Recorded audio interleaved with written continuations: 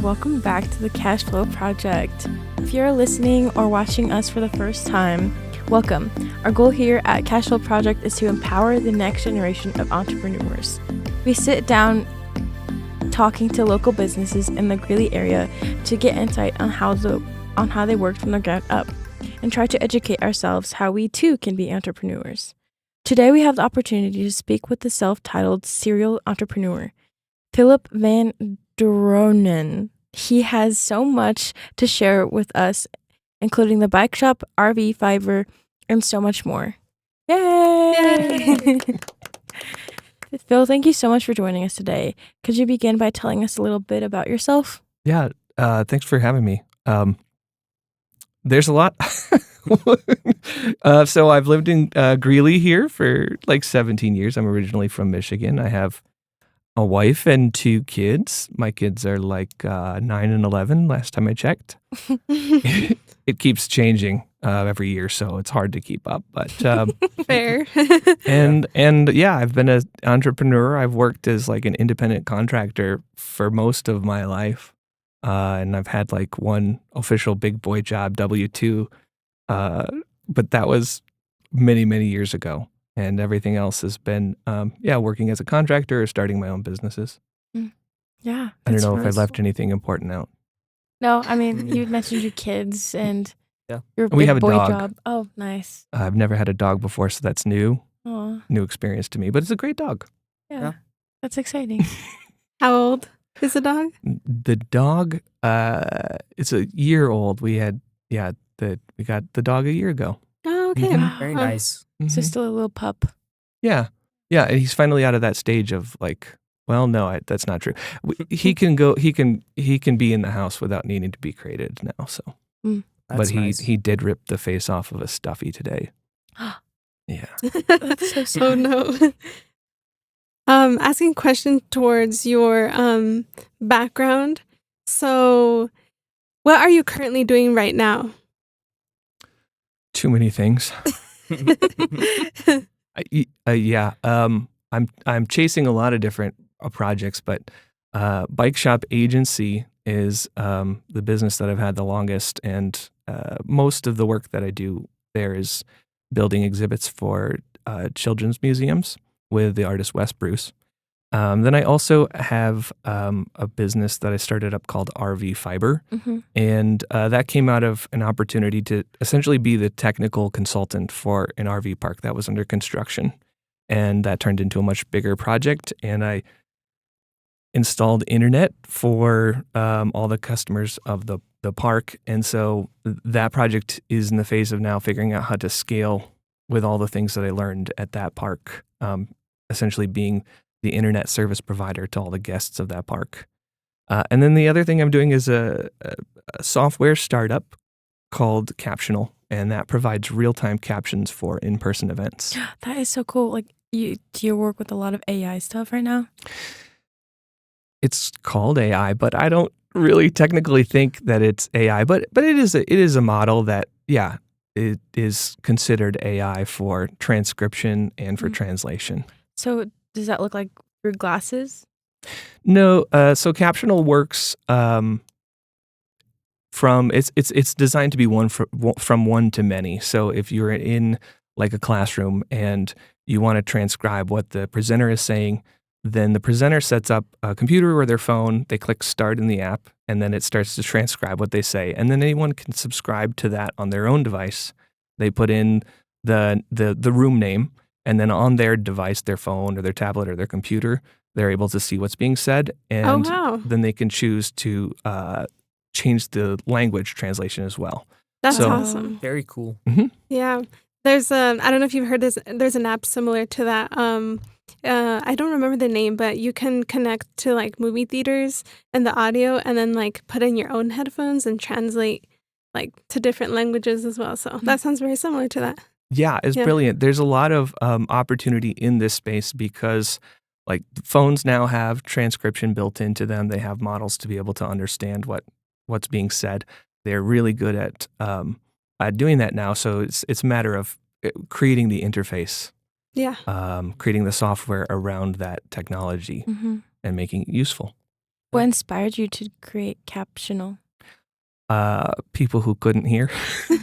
That's beautiful. Yeah, no, because at my church we were at this point where we needed a new technology for the hard of hearing, and there are a lot of assistive technologies, and I've worked with many of them, and their goal is really ultimately to like provide additional amplification for an individual. And the downside is that if you have profound hearing loss, it still doesn't help. Mm-hmm. And at that time, 2 years ago when I started this, it was like, well, why don't we just caption everything? Because you can see that it's working. Anybody can and then you can kind of reread it or go back and see what was said or translate it. So it kind of came out of that as an experiment to see, okay, well, can we do this? So I built a MVP, minimal viable product, and used that at my church, and it caught on very quickly. Wow. Yeah, I'm speechless. Yeah. But that's how it goes, right? You're scratching your own itch, right? You see a need and you're like, oh, well, let me see if I can build a product around that and see if anybody wants that. Mm-hmm. Yeah. That's definitely the way to go when starting a business. Yeah. Trying to see what pain points are around, and that's great. So how did you approach like building that? Do you have experience with building apps, or can you go into details? Yeah. I've been, my background, I went to school for film and video production, but even since high school, I've been programming. I think probably because, I would be an inventor in whatever medium was readily available. And so programming, there was early times for the web, so I learned how to do web development back then. So, and I've worked for many, many years as a programmer, as a web developer, as an app developer for other companies. So I knew the technology, I knew the stack, I knew how to do that, how to pull together a minimum viable product, how to deploy it to the app store, because I've done that for lots of other people. And so this was an opportunity to do it for myself. Wow. Yeah. Very cool. So, okay, let's go back a little bit. Yeah. Some technology that you used was DJI. Can you go over what DJI is, and how did you get DJI to be a client in the early days for your drone company? Yeah, that's another, I guess I forgot that. There was a time in 2013 that I got into aerial cinematography. Some people, I've been in a co-working office for a long time, and one of the folks in the office, he was really into RC stuff and also into video production, like I was, and so we started this in the early days of drones. Like this was when the drones were a meter across and they had 8 propellers on them, and they still do, but the cameras have gotten much smaller and lighter. Mm-hmm. And so we were kind of along the lines of the early pioneers of building drones for the purpose of aerial cinematography. Mm-hmm. And we worked with DJI. That's the company out of China that was really very early on building some of the best drones, the most stable platforms. And so we had purchased a lot of their equipment. And I'm not exactly sure. Must have been through one of the founders of the business. We got connected with DJI to create some content with their platform. Right. Mm-hmm. Yeah, that's It was really really quite an interesting time and very enjoyable to be able to work on that stuff. The downside of that business is the amount of travel that was required, and I had a very young family at the time, and I think that's primarily why it didn't blossom into a larger business. Yeah. So you mentioned the aerial cinematography. Mm-hmm. You made that video, the YouTube video, with the drones coming out. Where was that at, and what was your favorite part about making that video? Yeah, it was really funny. It was really fun because this was a brand new platform that DJI had come out with. I think it was the Inspire one. And they were creating several videos that kind of showcased their product while telling the story of somebody else who was using the technology and how they were using it. And so in that film, you probably saw what we call air-to-air cinematography where we were filming the drone with another drone and then filming skiers and things like that. So that was at Howelson Hill, and I think it's up past Granby, but that was where we had filmed that here in Colorado. Yeah. No, I loved it. It was really cool. Yeah, it was very enjoyable to do. I think my son was like 2 weeks old at that point, so I felt terrible because I left for several days to put that film together. Yeah, no, it came out wonderfully. But yeah, those were fun times. Those are great adventures. Even though the business didn't evolve into much beyond in 2015, 2016, it was really enjoyable, and we did create a lot of really awesome cinematography. Had really a lot of great opportunities. Yeah, that's really cool. Do you think that you would ever create a movie with the tech brain you have? Yeah, I mean, if there's an opportunity to do that, I went to film school with the intention of being in the film industry, but through that experience, I really discovered that I'm a techie, and I can be a techie in just any different industry, and so if I had landed in LA making movies or whatever, I would probably fill a really specific niche. Who could know what that would be, but I didn't end up there. And I don't really have any desire to do any sort of feature film or anything like that. Yeah. But I still do occasionally do video production work. That's really cool. And I use the tools that I have because I've done video production work over the years, quite a bit of it. I use those tools now just for the promotion of my own businesses. Yeah. I love your content that you make. I was going through your Instagram and I'm like, wow. Yeah, we saw several videos as well that you worked with. I think it was the Greeley Chamber during COVID, right? Yeah. Can you tell us a little bit about that? Yeah, COVID was interesting times, and I've been in a co-working space, the Macy Jones Collective. I was there for probably, I don't know, 14 years or something like that, which is right down here on 8th Ave. And the folks that I worked with in that space really became friends, and we worked on different projects together. And when COVID hit, it was just like a shock to everyone in there because everybody's business just was gone overnight. Wow. And so we were like, well, I don't know, what do we do? How shall we pivot? Right. So that was when I started to investigate and look into video production, live streaming, and what sort of technology that requires, and learned how to do that as best we could. Invested in a lot of tools to do that well, and so that created opportunities for us when there were events that would have otherwise been in person. We were able to step in and do them virtually, like what we did for the Chamber, the Chamber of Commerce. So, so we were able to do really a fun, and we did a couple different live stream events, and we did them as we started up a little organization called Greeley Station, and started to experiment with doing live remote production. So we had a rig that would actually live stream wirelessly from wherever we were. But yeah, doing green screen stuff and trying to do live streams where we're isolating people, doing adding a whole bunch of graphics to what would otherwise have been a boring Zoom call, and trying to create what's in the real world virtually. We did a lot of experimenting with that and had a lot of fun. Did a lot of work with my friend Peter Romero, who did a lot of the graphics for those. Wow. Yeah, so it sounded like you did a lot of stuff during COVID and even prior to that. So when you came to Greeley in 2008, what did the tech scene look like for that? I mean, I quit my job, I got married, I moved across the country, and I didn't really know anyone here. And my goal was just to find work doing web development like I was.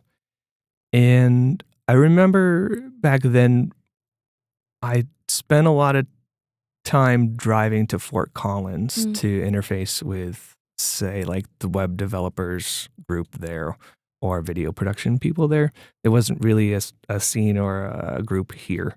And but moving into the Macy Jones Collective was a really big deal for me, because then I was able to connect with a community of people who were writing code, developing software, building websites, doing similar things, doing video production. How did you meet those people? Organically, really. And I think, so. Blaine Chastain, who's he's been in Greeley a few more years than I have, and he bought this building downtown and was looking for some way to fill it with tenants. And I think it was a brilliant idea. He was like, well, if I have co-working, then everybody rents out a desk and I don't have to rely on one large business for renting out the whole floor. Right. And so he created that, and it really became a community because of the effort that he put into developing that community. And so I think it came out of all these ADHD folks like myself.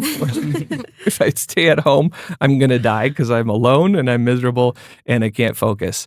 And so that is who was attracted into that space. And there were, people who came and went, but there were also people who stayed for years and years and years because of the community, because we were like-minded, because we worked on projects together. Oh, wow. Yeah.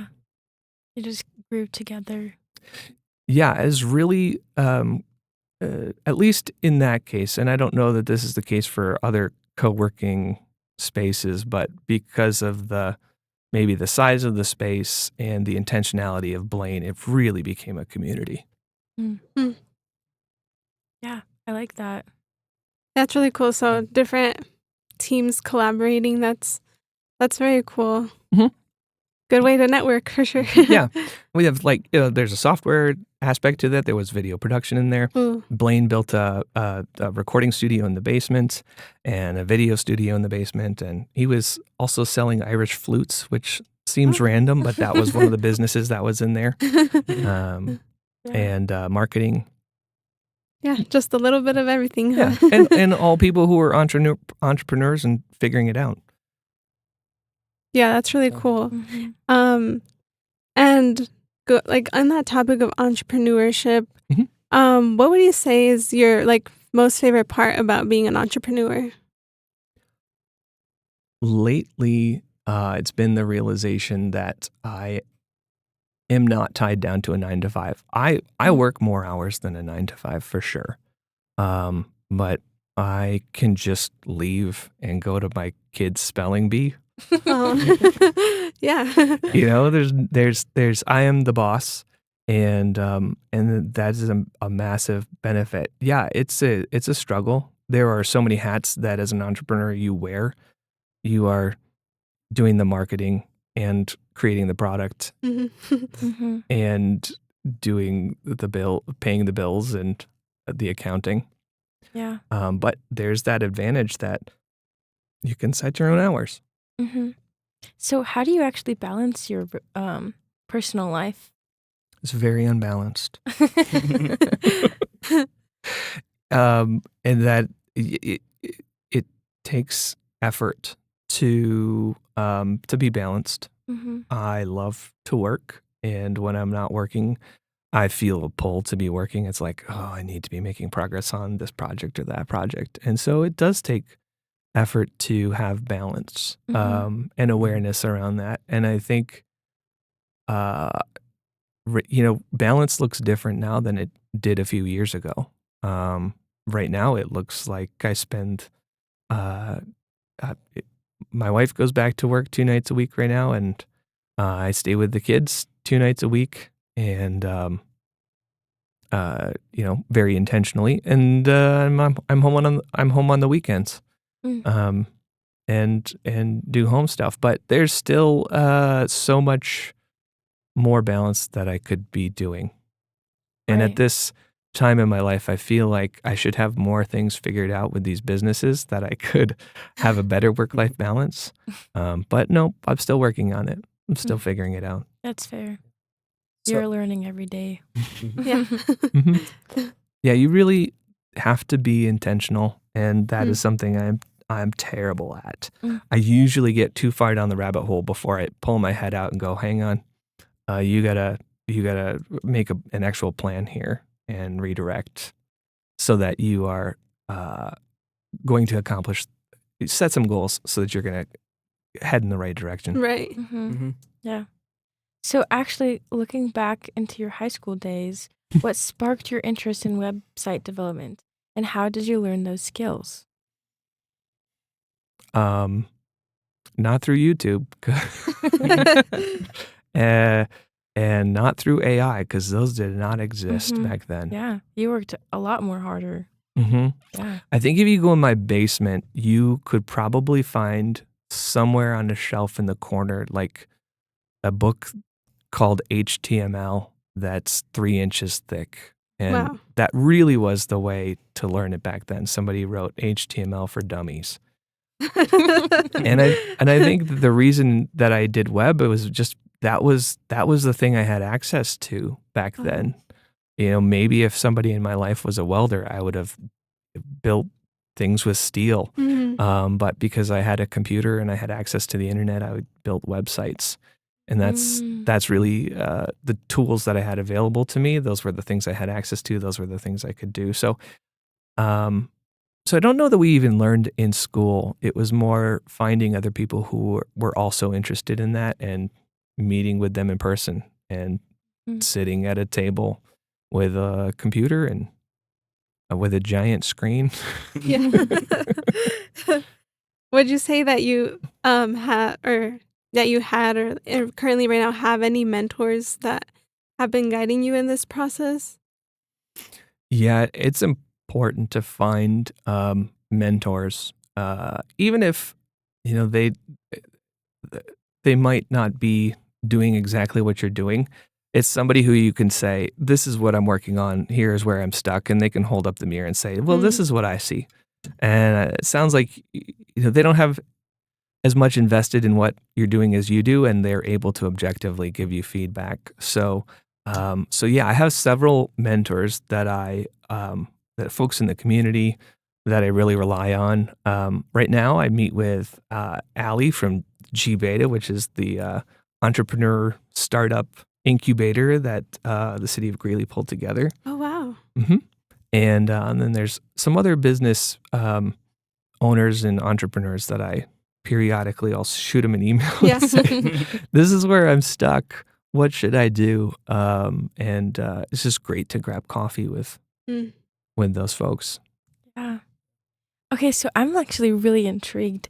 What is the most rewarding thing about technology, and how do you find it exciting? I mean, right now I find the AI to be really exciting and fun. Um, it's I know we call it AI, but it's still just a really fancy search engine. It Yeah. could just give you much better, more specific results. And that's fun to see the development there. Um, uh, that's probably the thing I'm most excited about. But I've always loved how the technology and the tools can improve life. Mm, yeah. And like Captional, my I just like as I've come to know people who are hard of hearing, being like, "Oh, we have a tool here that can fill in the gaps for you, so Mhm. you don't have to feel left out." Like, I love helping people. Oh, I yeah. love using the technology to provide a better life experience for people. That was my approach with the way I did the internet service out at the RV park, is because I went and did the research, and I discovered that people who live in RV parks, like, they get kind of a second class internet, and their options are very limited. And so I thought, well, what if I could do like wired home internet for those folks and provide like a really solid, reliable experience, that would be a game changer for them. And it is, right? Like when you come home and you just know that you're not going to have to worry about whether or not you can connect. You don't have to worry about whether or not you can turn on TV and watch a show. Yeah. Because it just works. Mhm. And you know how much it's going to cost because they're not going to charge you more for using more data. So that was just a way of improving people's lives, providing a better opportunity or experience. Yeah. Wow. And just to clarify, that's how RVFiber came to be, right? Okay. Yeah, that was, I was being a technical consultant for the RV park, and we were walking through the space, and I was like, how do you provide internet to the guests? And they were like, well, we're not really gonna do anything. And I thought, well, that's not great. Yeah. we could do better, and we already needed that infrastructure for other things in the park, like security cameras and sub-metering of their electricity. So I was like, well, how could we bring a really good internet experience to those customers? And so I had designed this system. And as we kind of got towards the end of the project, the park owner and developer was really unsure of doing that portion of the project. And so I said, well, how about if I do it? And then I'll serve as the internet service provider and managed service provider to the RV park. And that's kind of how that came about. Wow. So I ran the numbers and I said, I think I can make this work as a business. And it's a great business. Yeah. No. Very cool. So you've built multiple businesses. If you could go back in time to like high school with your younger self, what's a piece of advice that you would give yourself? Find mentors. Mm. Really, like, I think that was the thing throughout high school and throughout college and so many times throughout my life where I was just yearning for somebody a few steps ahead of where I was who could provide some feedback, provide some guidance, provide some information, tell me what their experience was. And so on both ends of that, right? Like, it's important as an entrepreneur to go seek out those people, but also for people who are a step ahead to offer their time. And maybe people don't do that because they don't feel qualified. But if you're even just a step ahead of somebody, that feedback, that information, that conversation is so helpful. Entrepreneurs, it's lonely at times. You can just really feel like you are so alone.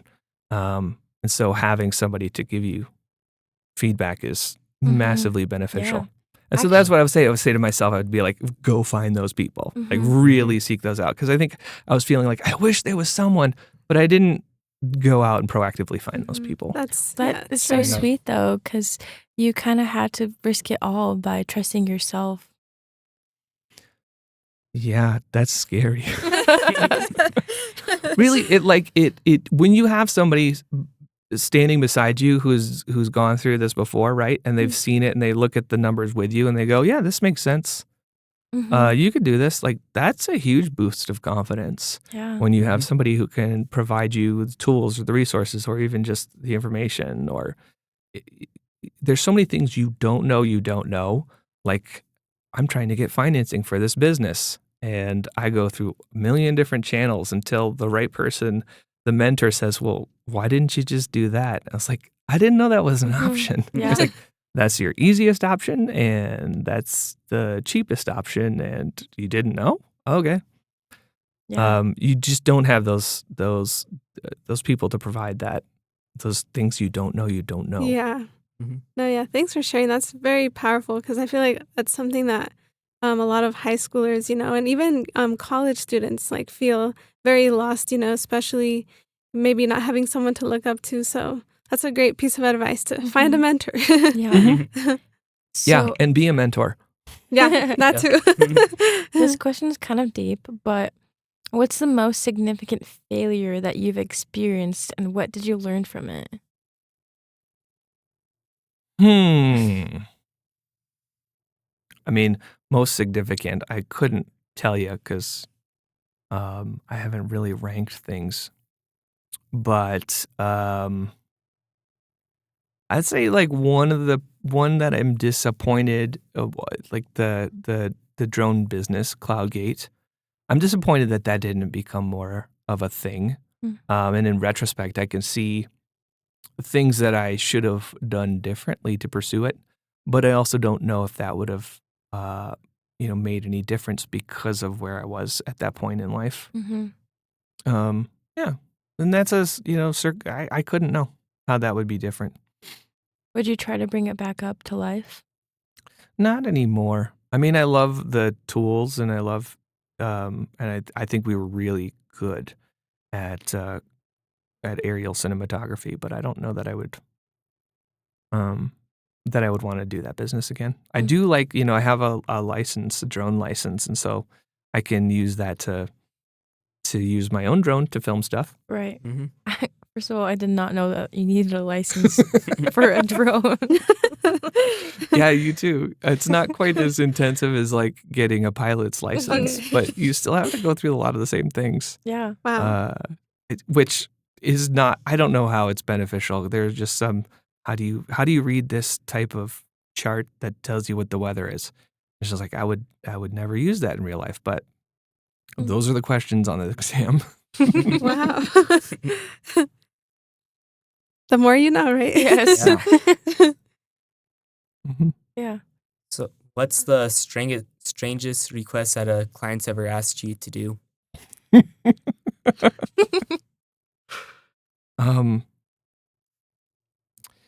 No, I'll leave that one out. Well, I will say like an interesting one was when was this the Taco Tuesday thing? Do you guys remember this? Yes. Yes. Yeah, Taco Bell called me up and was like, "Hey, we're doing this Taco Tuesday thing. Will you go film Luna's Tacos and another taco place up in Wyoming?" And that's just incredibly random. You're just like, Yeah. Taco Bell? What? What? What? And I was so far behind. Like I didn't at the time realize that there was a whole campaign about Taco Tuesday. And I was just like, there's something about tacos and they want me to go film interviews at the taco places. I think it's probably somebody in LA Googled like video production studio near Greeley and called me up. I was like, okay, cool. But that was, I had never done that type of marketing package before, and I was very inexperienced in like knowing how to pull together the clips. It's like they have a certain what format of what they then send a package of clips or story to the different TV networks or something. Yeah. And I think that my inexperience there slowed the process down just enough that we kind of missed the timeline on that. Mm. Still did all the Gotcha. work, so it's disappointing that you don't get to see it in the real world. Yeah. Yeah. But that, and then every once in a while I get calls from Law and Crime, which is kind of sad because they're like, can you go over to the courthouse and film this trial? Because it's, murder or whatever, and we don't have somebody else there filming it. So those are kind of the more unusual. Just out Yeah, of the those- range. Yeah, those were pretty random. Yeah, Yes. very out of the blue, very random. I'm like, well, I do have a camera and I do video production, so I can probably pull that off. Yeah. Speaking of projects, we are filming here at the Link in Greeley. So everybody listening, come check it out. Can you tell us how you've helped promote the Link and like what projects you've been a part of here? I mean, the Link has done is a phenomenal project. It's an amazing Yeah. thing. Because I think that they really believed in doing, a library of the future, right? Like it's not just books because there's so many other things that libraries can provide, like this space. And Yeah. so when I got wind that they were building this and they were kind of thinking about to do a video studio or a podcasting studio, I kind of threw my hat in the ring and said, "Hey, could I work on this? Could I do this for the community? I think I understand what would benefit the community and what would work in this space." And they graciously gave me the opportunity to do that. So with the designs for this space, I then specified what would be in here and the equipment that would be in here, so that we had a video studio and a podcasting studio that both would be accessible to anyone in the community who wants to learn that, but then also to a professional would be like, oh, this is attractive. Like I could use this and benefit from this space, because you want all kinds of people at different levels of experience to be in this space. And as a tool, the library has really stepped up. And I think because the community has stepped up and actually used the space and talked about it and promoted it, it hasn't remained stagnant. Like the space is in awesome condition. It's really well maintained and really cared for well by Josh. And so we have a really good podcasting studio with a sound acoustic treatments and a video studio where you can shoot a green screen or the white cyclorama and do all sorts of different things, where it can be an experiment or it can be something that you use in production. It was a wonderful project to be a part of, and I'm really grateful that they have continued to invest in this and believe in it. And it shows. Because we're here. We're here. Here we are. Yeah. I never thought I would be on this end of the mic, you know? Well, we're happy you're here. Yes. Yeah, that's awesome, though. That's a great way to say, I like how you say that every, level, whether you're professional or barely starting up, there's access here to a lot of tools. So that's really awesome that, our city made this possible. Yeah. It really, I don't know that I've ever seen anything like it. In another space. So the fact that they believed in me enough to take my recommendations, and I said, well, we could do this camera or this camera package, and they were like, let's do both. You're like, ooh. I was like, that's a vote for that they really believe in this. Yeah. For sure. Yeah, that's awesome. Mm-hmm. Okay, so I want to go back a little bit. Working as a technical director at a church seems like a very fun experience. What key lessons did you learn there that you still apply today? Yeah, that was a formative experience for sure. And that was like my first official job out of college. And it was one of those things where like, we know a guy who can, run a soundboard and play a keyboard and do the videos that we need to do. Like I was wearing way too many hats at 22 years old. And I think I learned some things about leadership, because during that time I was green and I accidentally nuked all of my volunteer team because of what I didn't know, right? Like I was like, oh, I need to get in here and learn and get my arms around all of these things.